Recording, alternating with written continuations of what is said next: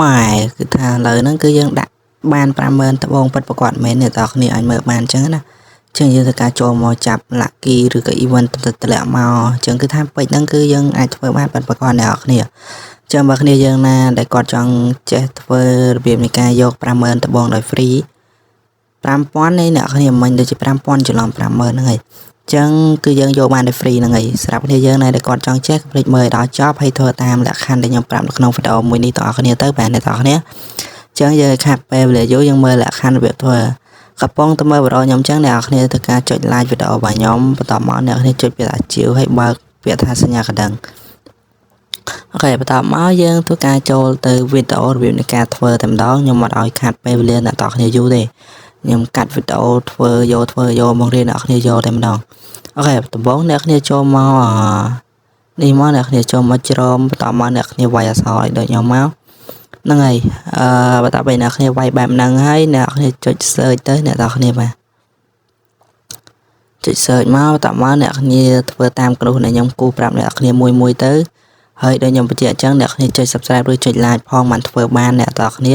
បើគ្នាយើងណាដែលគាត់ចុច subscribe ឬចុច like ធ្វើបានតែវីដេអូតែ3នាទីទេមើលដល់ចប់ទៅ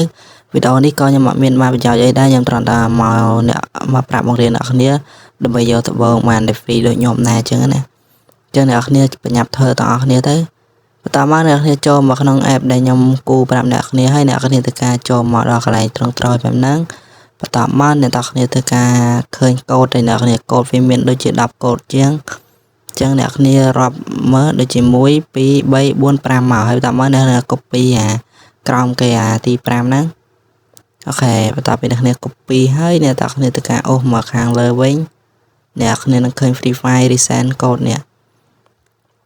អ្នកនរគ្នាចុចលើវាមួយមកអ្នកនរគ្នាបន្តមកវានឹងដល់ត្រឹមត្រូវបែបហ្នឹងអ្នកនរគ្នាធ្វើការ scroll មកខាងក្រោមហើយបន្តមកអ្នកនរគ្នាឃើញ code អីច្រើនបាច់ចុចញ៉ៃទេរកតែ website មានឈ្មោះដូចខ្ញុំគូនៅខាងក្រោមហ្នឹងទៅអ្នកនរគ្នាអញ្ចឹងអ្នកនរគ្នាប្រកាសឃើញហើយអញ្ចឹងអ្នកនរគ្នាចុចចូល website មួយហ្នឹងមក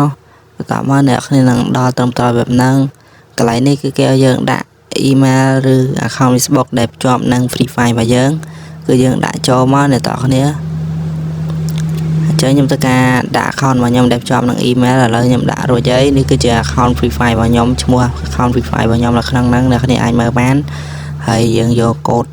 ដែលខ្ញុំឲ្យ copy មិញហ្នឹងយកដាក់កន្លែងហ្នឹងទៅអ្នកនរគ្នាចូលទៅ Free Fire នឹងទទួលបានពេជ្រចំនួន5000ពេជ្រដែល free ចឹងបងខ្ញុំមានតែប៉ុណ្្នឹងឯងជួបគ្នានៅវីដេអូក្រោយទៀតបាយបាយអ្នកនរគ្នាបាទ